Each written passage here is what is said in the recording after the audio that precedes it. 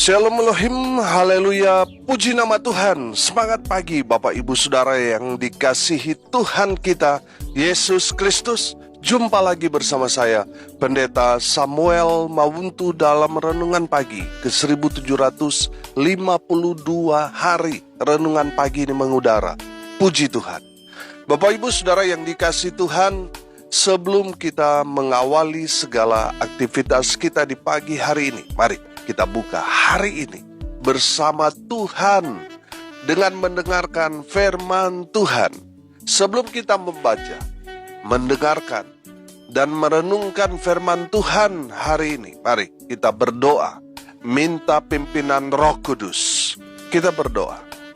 Bapa di surga, berbicaralah kepada kami semua.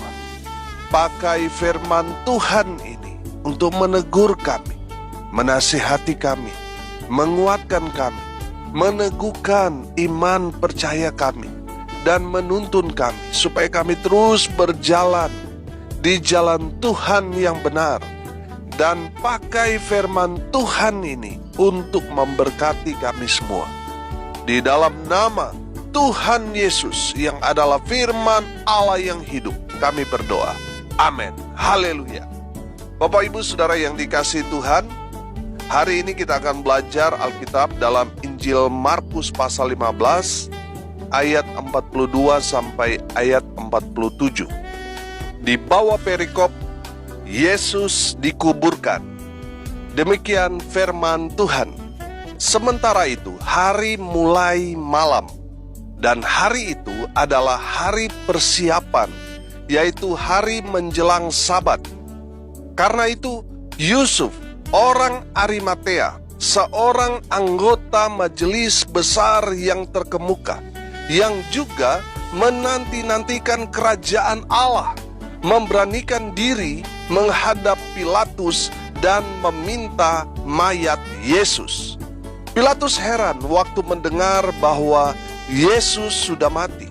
Maka ia memanggil kepala pasukan dan bertanya kepadanya, apakah Yesus sudah mati? Sesudah didengarnya keterangan kepala pasukan, ia berkenan memberikan mayat itu kepada Yusuf. Yusuf pun membeli kain lenan. Kemudian ia menurunkan mayat Yesus dari salib dan mengapaninya dengan kain lenan itu. Lalu ia membaringkan dia di dalam kubur yang digali di dalam bukit batu. Kemudian digulingkannya sebuah batu ke pintu kubur itu. Maria Magdalena dan Maria ibu Yoses melihat di mana Yesus dibaringkan. Amin. Haleluya. Bapak Ibu Saudara yang dikasihi Tuhan, menjelang Sabat, mayat Yesus masih tergantung di atas kayu salib, dan tidak ada yang berani menurunkannya. Di mana 11 murid Tuhan Yesus? Kemana mereka semuanya? Mereka melarikan diri, menyelamatkan diri mereka sendiri. Saudara yang dikasihi Tuhan, mari kita lihat, selain daripada murid-murid itu, bukankah waktu Tuhan Yesus masih hidup, waktu Tuhan Yesus melayani, ada banyak orang mengalami kesembuhan. Banyak orang mengikut Tuhan Yesus kemanapun Tuhan Yesus pergi. Di mana 5.000 orang laki-laki yang diberi makan Tuhan Yesus?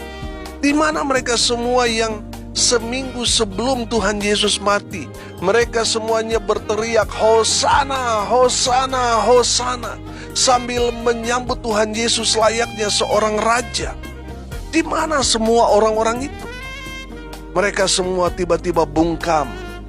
Mereka dalam sekejap berubah. Yang tadinya mengeluh-elukan Tuhan Yesus, tapi di saat Tuhan Yesus ditangkap, disiksa, disalibkan, orang-orang itu berubah menyangkal Tuhan Yesus. Mereka semua berubah menjadi orang yang tidak mengenal Yesus. Bapak Ibu Saudara yang dikasihi Tuhan, saya mengajak saudara untuk kembali masuk ke masa detik-detik terakhir Tuhan Yesus. Mari kita mau masuk dimensi itu, saudara. Saudara yang dikasihi Tuhan, di saat kita masuk dalam dimensi itu, saudara akan melihat dan akan merasakan suasana sore itu. Ada ketakutan, ada kecemasan, ada teror waktu itu. Kenapa saya katakan seperti itu? Lihat Rasul Petrus yang tadinya seorang yang gagah berani, tapi tiba-tiba menjadi pengecut karena berhadapan dengan ribuan massa. Itu artinya kalau saat itu Petrus mengaku bahwa dia adalah murid Tuhan Yesus saat itu, Petrus akan bernasib sama dengan Tuhan Yesus. Dia akan disalib juga pada saat itu. Makanya Petrus, saudara, ketakutan. Karena ketakutan itulah Petrus menyangkal Yesus. Petrus mengkhianati Tuhan Yesus dengan menyangkal sebanyak 3 kali. Rasa takut itulah yang membuat tidak ada orang yang mengaku bahwa mereka adalah murid Tuhan Yesus.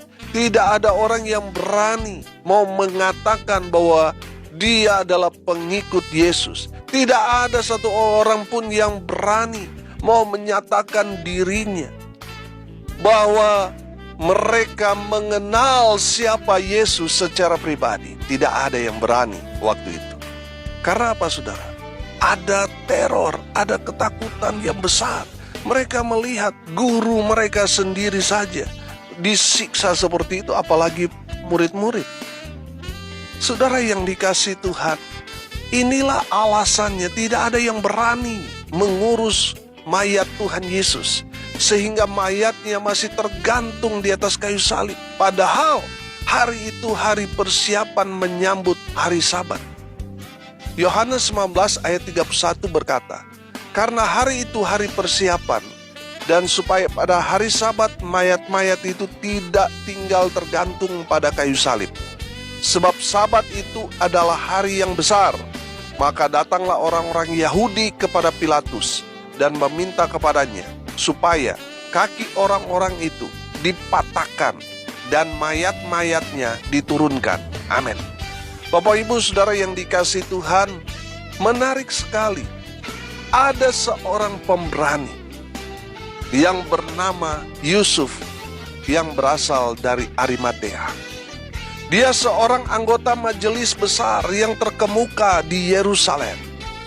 Dia memberanikan diri untuk menghadap Pontius Pilatus untuk meminta Pilatus supaya dia dapat mengurus mayat dari Tuhan Yesus. Amin. Saudara yang dikasihi Tuhan, lihat Yusuf, seorang pejabat, seorang anggota majelis besar, seorang tokoh. Dia rela, saudara, hilang popularitasnya. Dia rela mengorbankan segalanya untuk Yesus. Amin. Ada banyak orang, saudara, mengorbankan orang untuk dia naik. Tapi saudara lihat Yusuf dari Arimatea ini. Dia rela kehilangan segalanya. Dia rela mungkin kehilangan popularitas, atau mungkin bisa jadi dia bisa kehilangan nyawanya, saudara. Tapi dia tidak peduli. Saudara lihat, Yusuf Arimatea ini seorang yang gagah berani. Amin. Saudara yang dikasihi Tuhan, dia tidak pernah kenal takut. Tapi coba saudara perhatikan, sekarang ini pejabat-pejabat, justru orang-orang Kristen yang duduk dalam pemerintahan, yang selama ini kita doakan supaya di pemerintahan duduk orang-orang yang takut Tuhan. Tapi setelah mereka duduk dalam posisi mereka saat ini, mereka jadi ayam sayur, saudara. Mereka jadi penakut, takut kehilangan popularitas, takut kehilangan suara, takut kehilangan dukungan. Saudara yang dikasihi Tuhan, belajar dari Yusuf Arimatea. Dia tidak peduli dengan semuanya itu. Dia dengan gagah berani mengambil resiko untuk mengurus mayat Yesus. Haleluya. Saudara yang dikasihi Tuhan, kalau mungkin Tuhan Yesus masih hidup, wah itu banyak kepentingan di sana, saudara. Yusuf Arimatea mungkin bisa nebeng popularitas. Tetapi yang menjadi masalah di sini, Yesus sudah mati. Dan Yusuf Arimatea itu mengerjakannya sendiri. Dia tidak mencari popularitas di sana. Haleluya. Bapak Ibu Saudara yang dikasihi Tuhan, saudara yang duduk dalam posisi-posisi penting dalam pemerintahan, belajar dari Yusuf dari Arimatea ini. Berani mengambil sikap. Amin. Saudara yang dikasihi Tuhan, jangan mengorbankan anak buah untuk kepentingan saudara, seperti yang terjadi beberapa waktu yang lalu. Saudara yang dikasihi Tuhan, belajar dari Yusuf Arimatea yang turun langsung. Amin. Yang turun langsung. Dia nggak suruh anak buahnya untuk turunkan Yesus, rawat dia, kuburkan dia. Tidak. Yusuf Arimatea sendiri yang turun tangan untuk mengurus mayat Yesus, menurunkan dia, mengapaninya, merempah-rempahi dan membawa ke dalam kubur. Saudara, saya belajar hal yang luar biasa dari Yusuf Arimatea. Bapak Ibu Saudara yang dikasihi Tuhan, saat ini saya percaya Tuhan sedang mencari orang-orang seperti Yusuf Arimatea ini. Amin. Mungkin saudara orang yang memiliki posisi dan jabatan di pemerintahan, di perusahaan, di gereja, di lingkungan paling kecil, di keluarga saudara sendiri. Dengar baik, Tuhan mencari saudara mengambil tindakan yang berani seperti Yusuf Arimatea ini. Amin. Sehingga lahir orang-orang seperti Yusuf Arimatea di zaman-zaman sekarang ini. Mungkin namanya saudara mungkin Yusuf dari Bali, Yusuf dari Papua, Yusuf dari Manado, Yusuf dari Jawa, Yusuf dari Kalimantan, Yusuf dari Sumatera, Yusuf dari Ambon, Yusuf dari NTT dan sebagainya. Amin. Saudara yang dikasihi Tuhan, Tuhan sedang mencari orang-orang seperti Yusuf Arimatea di zaman sekarang ini. Haleluya. Saudara yang dikasihi Tuhan, pertanyaannya sekarang, maukah saudara menjadi jawaban seperti Yusuf Arimatea ini, yang menjadi jawaban di masa-masa sulit?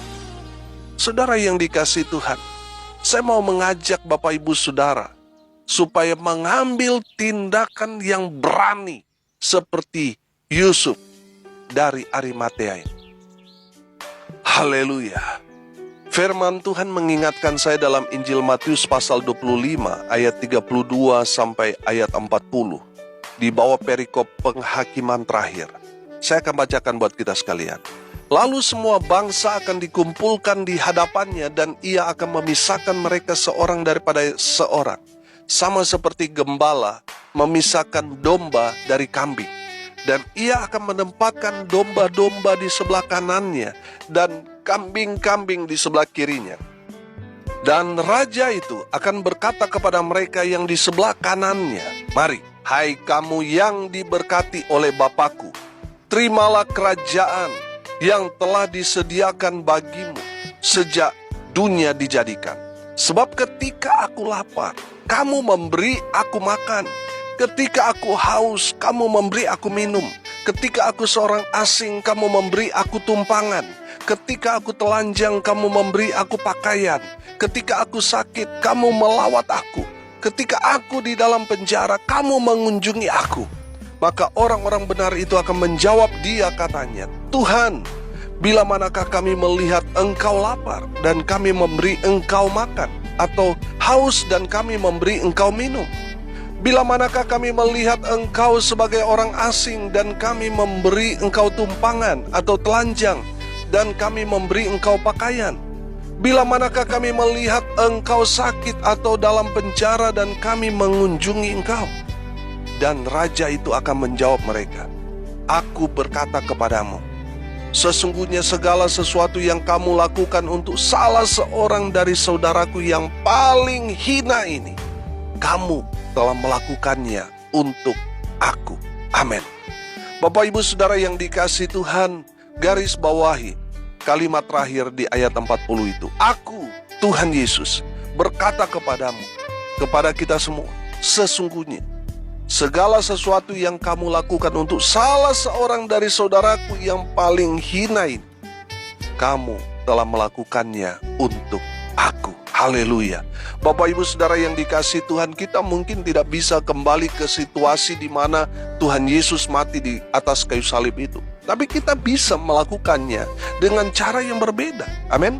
Kalau Yusuf Arimatea mengurus dan mengubur mayat Tuhan Yesus, saat ini yang bisa kita lakukan untuk Tuhan Yesus bukan mengurus mayat Tuhan Yesus lagi.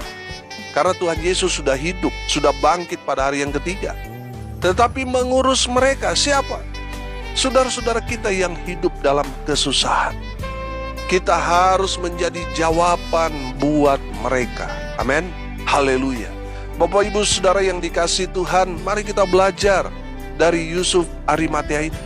Dia mengeluarkan dananya untuk membeli kain lenan, untuk mengapaninya. Tidak sampai di situ. Yusuf membaringkan mayat Tuhan Yesus sendirian. Oh haleluya. Saya melihat Yusuf punya hati untuk Tuhan. Amin. Orang yang punya hati untuk Tuhan pasti tidak akan pamer kebaikan. Sekarang ini apalagi sudah semakin mendekat 2024, saudara. Ada pilpres, ada pilkada, pileg. Orang-orang yang punya kepentingan itu akan datang dan memberikan bantuan tapi pamer. Tangan kanan memberi tapi tangan kiri selfie, saudara. Nanti sebentar di-upload ke medsos. Kalau saudara punya hati seperti hati Yusuf ini, saudara pasti akan melakukannya dengan tulus hati, tidak pamer. Saudara perhatikan, Yusuf Arimatea mengurus sendiri, menurunkannya dari salib. Dia membawa, mengapaninya, menguburkan. Oh haleluya, luar biasa. Dia nggak pamer, saudara. Dia kerjakan sendiri. Sebaliknya kalau kita melakukannya, saudara, kalau kita pamer, itu artinya, saudara, kita hanya mau menarik perhatian orang supaya orang itu melihat, tapi Tuhan tidak melihat. Karena saudara pamer. Beda kalau saudara tidak pamer. Mungkin orang tidak melihat apa yang sudah kerjakan, tapi percaya Tuhan melihat. Amin. Mata Tuhan mengawasi semua orang. Tuhan lihat apa yang saudara kerjakan di tempat tersembunyi. Tuhan akan memberkati saudara. Haleluya. Yusuf melakukan itu. Dia tidak pamer. Dia melakukannya dengan segenap hati. Dia mengurus semua jenazah Yesus. Dia melakukannya sendiri. Dia menurunkan sendiri. Dia mengangkat, mengapaninya, membaringkan Tuhan Yesus di kuburan. Dia lakukan sendiri. Dia juga nggak cerita-cerita orang, nggak, saudara. Dia lakukan sendiri. Orang ya, kalau punya hati untuk Tuhan, pasti dia akan melakukan semuanya dengan segenap hati. Itu orang yang punya hati untuk Tuhan. Dia melakukan semuanya dengan segenap hati. Dia tidak akan minta dihormati, dihargai, atau diakui. Tidak, saudara. Orang yang melakukannya untuk Tuhan pasti akan melakukannya dengan segenap hati, dengan ketulusan hati. Amin. Haleluya. Karena orang yang tulus hati, dia melakukannya untuk Tuhan. Dia tidak pamer, saudara. Dia melakukannya dengan tangan tersembunyi. Amin. Saya percaya orang yang melakukan dengan tulus hati, dengan segenap hati, dia lakukan untuk Tuhan, pasti diberkati Tuhan. Haleluya. Bapak Ibu Saudara yang dikasihi Tuhan, saat ini Tuhan sedang mencari orang-orang seperti Yusuf dari Arimatea. Orang seperti apa yang Tuhan cari? Yang pertama kita belajar, orang yang berani. Berani bayar harga. Berani hilang popularitas. Berani juga keluar dananya, waktunya, bahkan tenaganya, saudara. Saudara lihat Yusuf itu kan. Dia turunkan Tuhan Yesus. Dia pakaikan kain lenan. Dia baringkan Tuhan Yesus di kubur. Dia semua mengeluarkan biaya, waktu, tenaga, saudara. Dia berani mengeluarkan semuanya itu. Amin. Saudara, saat ini ada banyak orang penakut, saudara. Saudara yang dikasihi Tuhan, mari kita belajar dari Yusuf Arimatea. berani. Haleluya. Yang kedua, kita belajar Yusuf Arimatea menjadi jawaban. Amin. Saudara, mari kita mau jadi jawaban dimanapun kita berada. Kita mau jadi jawaban di tengah keluarga kita, di tempat pelayanan kita, di tempat pekerjaan kita, di komunitas kita. Mari kita menjadi jawaban seperti Yusuf Arimatea ini. Dan yang ketiga, kita belajar dari Yusuf Arimatea. Mari kita lakukan segala sesuatu untuk Tuhan. Lakukan dengan segenap hati, dengan tulus hati. Tidak usah pamer. Lakukan dengan segenap hati. Amin. Mari kita berdoa. Terima kasih Bapa di surga atas kebenaran firman yang sangat memberkati kami, mengingatkan kami, mengajar kami, supaya kami belajar dari Yusuf Arimatea ini, yang berani, yang menjadi jawaban, dan melakukan segala sesuatu dengan segenap hati. Berkati semua pendengar dimanapun mereka berada, sehingga mereka menjadi pelaku-pelaku firman. Tuhan melawat mereka, baik hidup mereka, masa muda mereka, rumah tangga mereka, usaha pekerjaan pelayanan mereka. Tuhan berkati, buat mereka beruntung dan berhasil. Hari ini hari berkat buat mereka. Mereka yang sakit Tuhan lawat, Tuhan jamah, Tuhan sembuhkan oleh bilur-bilur darah Yesus. Mereka yang sakit disembuhkan, mereka yang lemah dikuatkan, mereka yang berduka cita Tuhan memberikan penghiburan kepada keluarga yang ditinggalkan.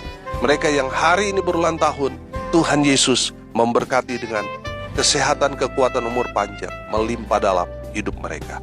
Dan hamba berdoa, biarlah berkat surga turun memenuhi semua pendengar. Bapak Ibu Saudara yang dikasihi Tuhan, arahkanlah hatimu dan terimalah berkat dari Tuhan Yesus. Tuhan memberkati engkau dan melindungi engkau. Tuhan menyinari engkau dengan wajah-Nya dan memberi engkau kasih karunia.